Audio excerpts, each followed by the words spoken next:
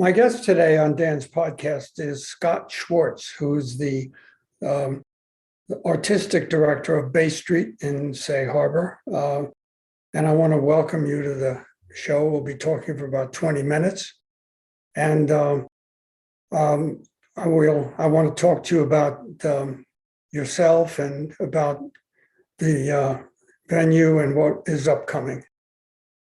First of all, how long have you been the artistic director here at Bay Street? This is my 9th summer, which every time I say that is shocking to me because it feels like it's flown by, but it has been 9 years. Yeah, it's quite something. What is your, where are you from initially? Have you been coming out to the Hamptons since you were a young boy, or? Well, I have, but not in kind of the usual way.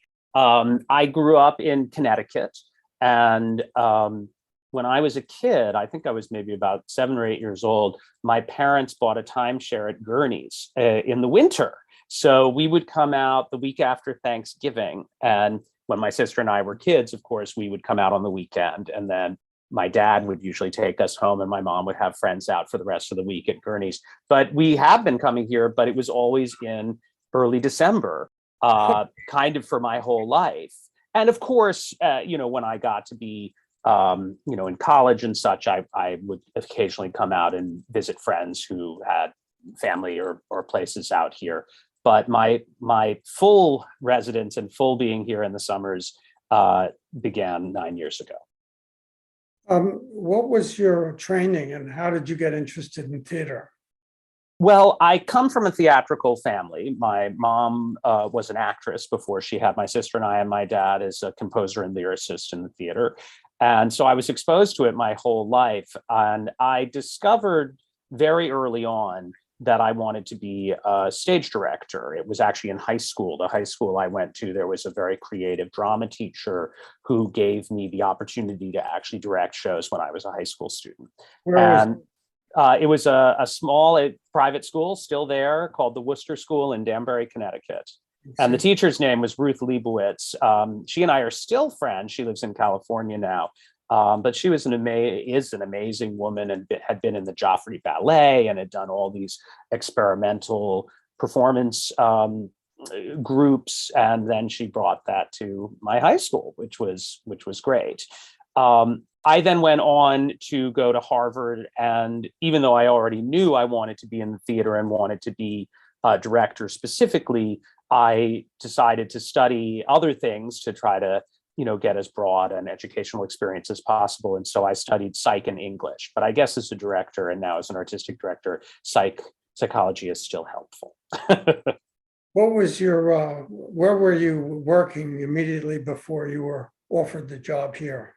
Sure. I was a freelance director. I'm based in New York City. I still have a home in New York City. And because I have little kids, we spend the fall, winter, and spring primarily in New York, though I come back and forth a lot for Bay Street. I'm here full time in the summer. But I was a freelance director and I worked all over the country, all over the world. I've directed on Broadway, a lot of shows off Broadway, regionally from places like San Diego and Los Angeles to Houston to Atlanta and sort of everything in between. And before Bay Street, I had already worked overseas in London and had a show that had gone to South Korea.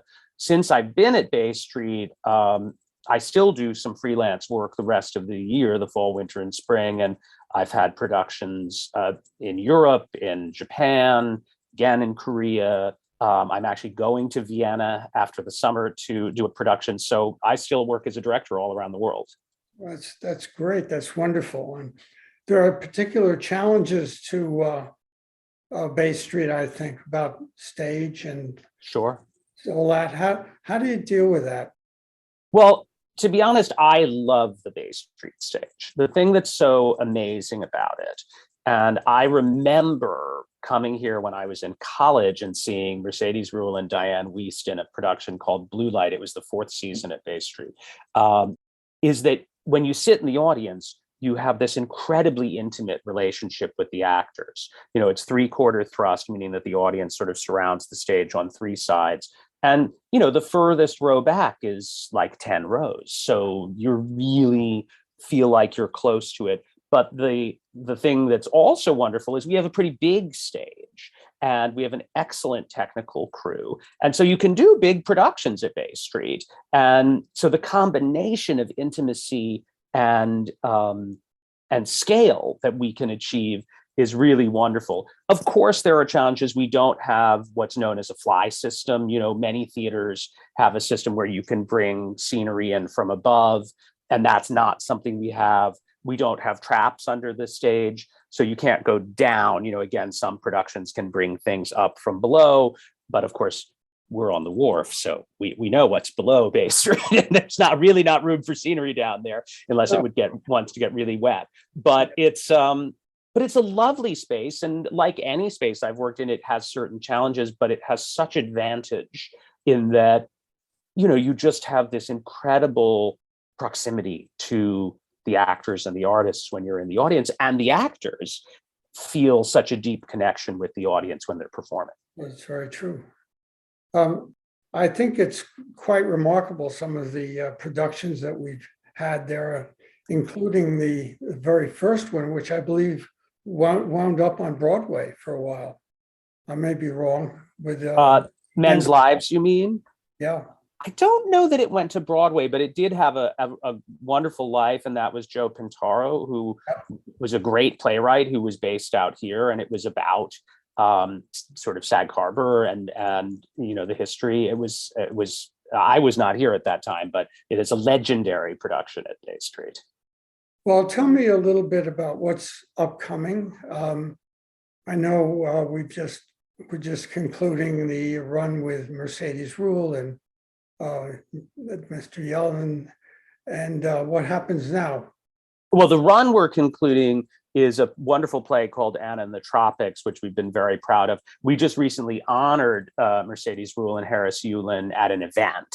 So that happened last week, and we were very proud to be able to honor them with the Joel Grey Lifetime Achievement Award. But what we have coming up is the big musical of the summer. Traditionally in August, we have taken a big musical and done it in the Bay Street style, which means sort of stripping it down and really focusing on the acting and the singing and the emotions of the piece. And so the musical we chose for this year is Ragtime. And it's a brilliant musical. It was produced on Broadway almost 25 years ago. It won the Tony Award for Best Score and Best Book, and I think a few others. I think Audra McDonald won a Tony Award for her performance in it. And it's based on the E.L. Doctorow novel. And of course, E.L. Doctorow also was a native out here. So we're really excited about it. It is actually the biggest production in terms of cast size that we've done in my time here. It has 17 people in the cast, so it's a big epic show. It's about a Jewish family and a white family and a Black family at the turn of the century, and their interactions and how they affect and change each other.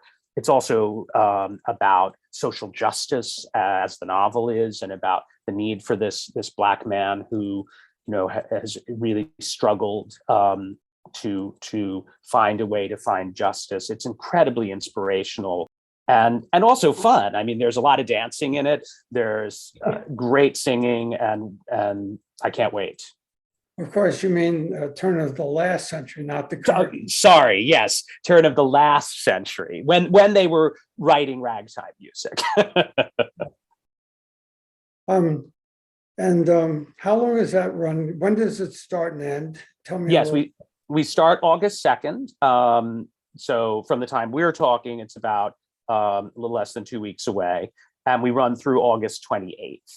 And again, we're just so thrilled about it. We also have some other wonderful events. We have a series called the Music Mondays series, which is a concert series on Monday nights, because Ragtime runs Tuesday through Sunday. So then on Monday nights, we have the stage available. And in August, we have the Tony and Emmy Award winner Lilias White coming on August 8th to do a concert.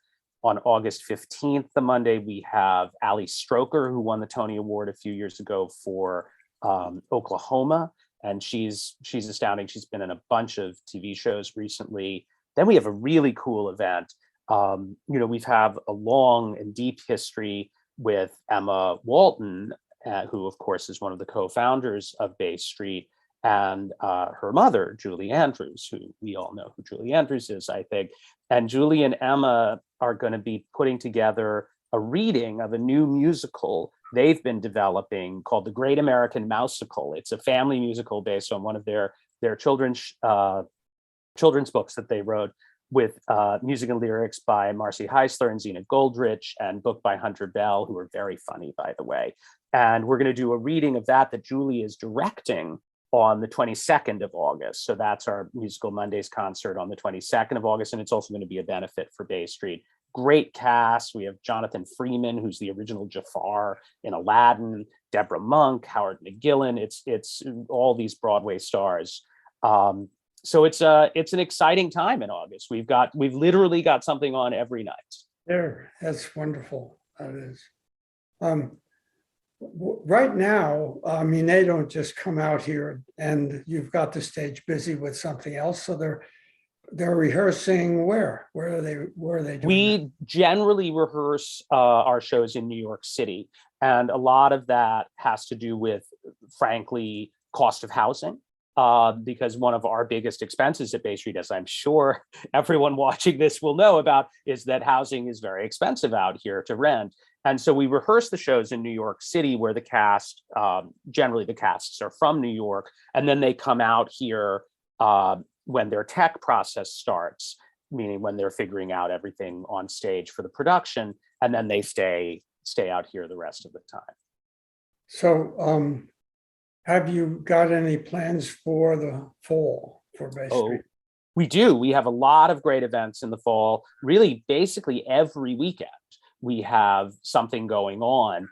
So the best thing to do is check our website, baystreet.org, to find out what's happening. But we have concerts, we have comedians, we have partnerships with local organizations. We, I think, are working with the film festival this year, and we'll be showing films. There's all sorts of great stuff literally every weekend. And we have kind of a signature program that we do around Thanksgiving called Literature Live. And it's an education initiative that we created about 12 years ago now, where we put on a full production, often with many local performers and local artists, of something that's being read or a subject that's being dealt with in high schools, local high schools.